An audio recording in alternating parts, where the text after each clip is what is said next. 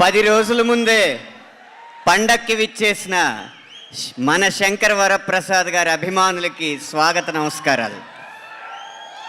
ముగ్గురు గురించి మాట్లాడి ముగిస్తాను.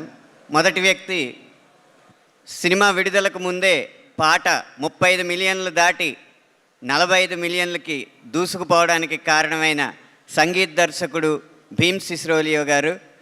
ఇంత వేగంగా నడిచే పాటలో కూడా ప్రతి పదాన్ని వినిపించేలా పాడించినందుకు శశిరేఖ పాట స్వరకల్పన గానం చేసిన భీమ్ సిస్రోలియో గారికి నా కృతజ్ఞతలు. ఇక రెండో వ్యక్తి, మనం చాలామందిని గమనిస్తూ ఉంటాం, ఇంట్లో వాళ్ళు ఎవరో కష్టపడకూడదని యజమాని కష్టపడుతూ ఉంటాడు, కంపెనీ యజమాని కష్టపడకూడదని ఉద్యోగులు కష్టపడుతూ ఉంటారు. కానీ ప్రపంచంలో ఒకే ఒక వ్యక్తి ఆయన ప్రేక్షకులు కష్టపడకూడదని కష్టపడుతూ ఉంటాడు. ఆయన దర్శకుడు అనిల్ రావుపూడి గారు. ప్రతి పదాన్ని ఇది మా ప్రేక్షకులు అర్థం చేసుకోలేరు, ఇంకొంచెం సులువుగా రాయండి, ఇది మా ప్రేక్షకులకి నచ్చదు, ఇంకొంచెం మంచి పదం రాయండి అని చెప్పి ప్రేక్షకుల కోసమే పనిచేస్తున్న దర్శకుడు అనిల్ రావుపూడి గారికి కృతజ్ఞతలు.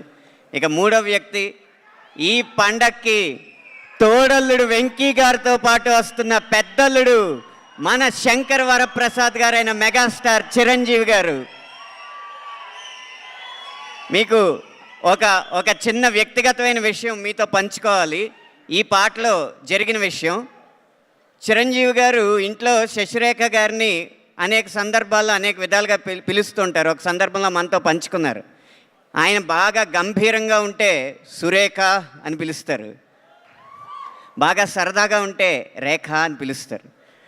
99% సరదాగానే ఉంటారు. కాబట్టి ఈ పాటలో ఆ రేఖ అన్న పదం ఎలా పెట్టాలని ఆలోచించి ఒక చోట అది దొరికినప్పుడు యురేఖ అని నాకు నేనే సంతోషపడి, యురేఖ నువ్వు కేక భలే బాగుంది రేఖ అని పెట్టి ఈ సినిమా విడుదల సందర్భంలోనే కాదు, విజయవంతమైన సందర్భంలోనే కాదు, కలకాలం ఈ పాట వాళ్ళ ఇంట్లో పాడుకోవాలని చెప్పి ఈ పాట రాయడం జరిగింది.